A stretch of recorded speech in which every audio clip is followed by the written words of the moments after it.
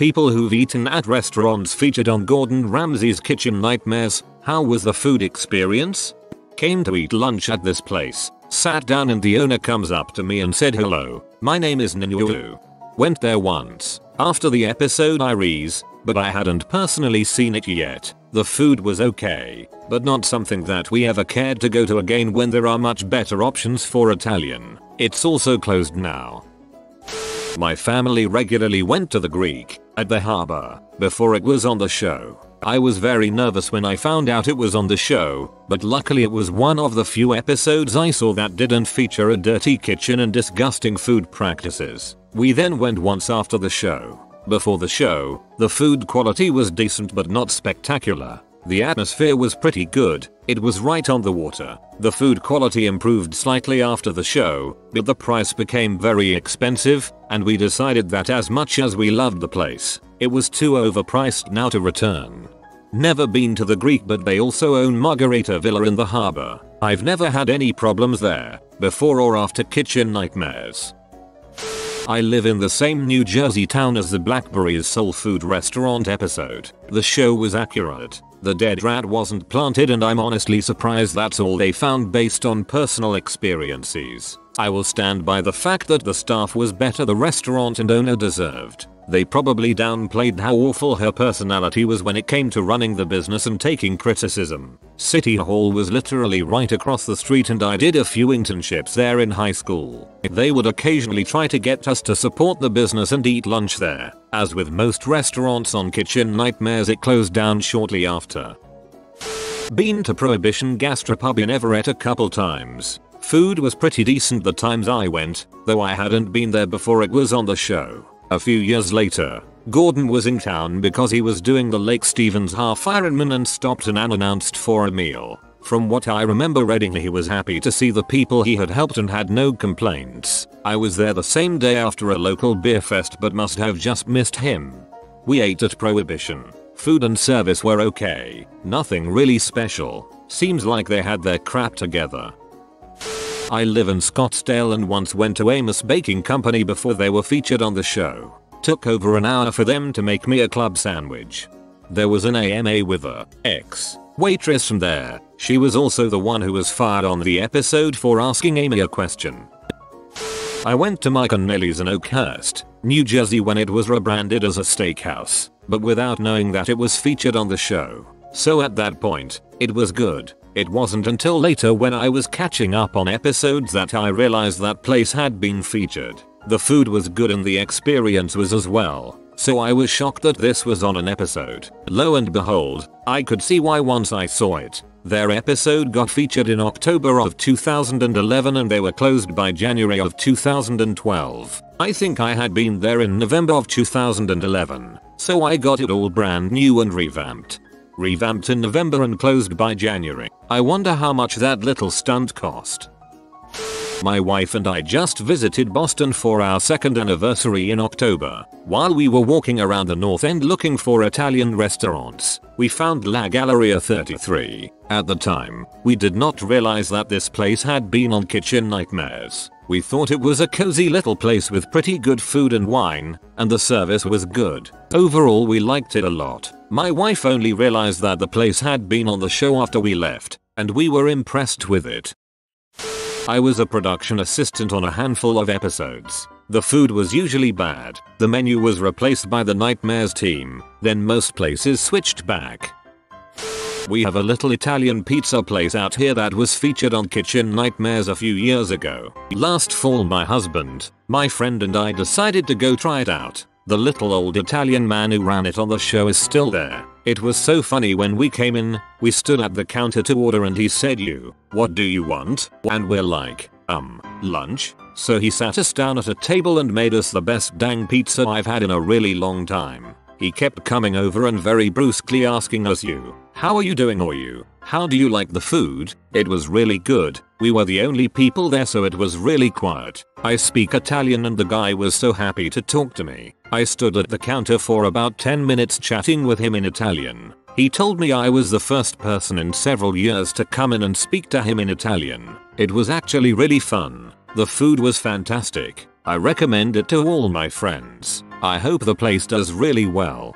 My dad is from Rome. Growing up, I could always tell which restaurants were authentic by how happy people were when my dad spoke Italian and they treated us like that. What do you want is their way of saying hey, I'm gonna take care of you. I love it. I went to La Galleria 33 in Boston specifically because it had been on the show. They reverted back to their original menu, all the food sucked, and they're in a part of town with a lot of amazing restaurants. I honestly have no idea how they're still open. Probably because people go there just because it was on the show. I can do one better, actually. I worked at one. In fact, I helped debut it. Started a week or two before opening. El Greco in Austin, TX. I did not work there anymore at the time of the filming. First of all, let me say this. I always thought Kitchen Nightmares was faked and exaggerated. Now I know it isn't. They actually had to tone this guy down for TV. As far as the food goes, it's a shame, really. When he started the restaurant, he, his mom, and his aunt cooked amazing food from scratch. The best Greek food I've ever had. He insisted on extremely high quality ingredients across the board, causing them to hemorrhage money. He started sleeping later and later, showing up less, and the microwaving of food started. Between increasing drama in the kitchen and decreasing quality of prep and ingredients, incredible food turned bland and mediocre experiences became horrible. I remember that somebody told a vegan that Savlaki was vegan. It has a ton of ground beef in it. The boss, James, would also talk about how he'd like to frick all the female customers. He would take the contents of the safe home every night, just for, safekeeping. He accused us of stealing from the register. We didn't, and told us he would force us to work for free for the amount of time it took him to review the security footage. You can't do that. He told us to stop people from putting napkins under the table legs to stabilize them. If I see one more of these under here, he said, I'll make you walk around with it in your shoe. Do you know what that does? It will frick up your back. I got fired a few months in. Never looked back. So glad that happened. Saw that Kitchen Nightmares episode a few years later and laughed my dong off. It's a real shame. He wasted $800k of his dear old mom's money on that place. Actually, she was kind of a B2, but I loved her nonetheless. I've eaten at the Prohibition, formerly Prohibition Grill, in Everett, Washington. Ate there before I knew it was on the show. The food was overpriced for the quality, really overpeppered, for one thing. And the last bite I had of my food had a giant peppercorn in it, unfortunately for me, and it was too loud to really hear the people at your table. I've never been back there even though it's really convenient to go to. I can see it from my apartment, but from watching the episode, it seems like the owner really did wise up and listen to Gordon. There was no belly dancing while we were there, and all the decor that the Kitchen Nightmares team put up was still there, and this was in 2014. So about a year and a half after the episode was filmed, I think. I'm pretty sure one of the waitresses in the episode was there when I was, so that was cool. But if you're ever in the area, there's plenty of restaurants with better food at better prices, or at least the same quality food at better prices, with a better atmosphere. I recommend the Vintage Cafe, which you can briefly see in the episode. There's this Italian place that's been in the community for years. Capri, run by these twin brothers. Used to go with my parents back in the day and it was always good. Packed, pretty good little place for not the greatest location. Convinced my girlfriend to check it out fairly early on in our dating life. Thought it'd be fun, in that cheesily romantic way. Walked in and there was no one. Sat down and received that cold in the middle boiling on the outside microwave goodness. Pretty sure one of us got mild food poisoning from the fish. Laughed it off and saw it on Kitchen Nightmares later that year. Seemed like they lost their drive more than anything. Haven't tried it since, but they're still open with the new design, so best of luck to them. I ate at Jack's Waterfront and Giuseppe's. They both sucked, but the restaurant that replaced Giuseppe's is pretty good now. I also knew a guy that worked at Jack's. He accidentally spilled a pan of hot oil down into his leather boot. When the took his sock off, all the skin came with it. Welp, there goes my lunch. We have one in my town. The lady should have never owned a restaurant. She was nice, but too much of a dreamer. After Gordon's visit, the food was fair, A little pricey for what it was, but the ambience, menu, and overall vibe just didn't go well. The cook Gordon fired opened his own place down the street. People like the food, but it's run like it's either their first or last week in business. It's just chaos. I don't frequent either location. Side note, we also had a bar rescue, same street as the other 2 restaurants, and they kept the new name and menu for a month before accepting that a legit sports bar shouldn't be sold to people as a back alley Chinese tapas bar. Back alley Chinese tapas bar. Now there's a set of words that anyone can put together, but under no circumstance should they ever do so.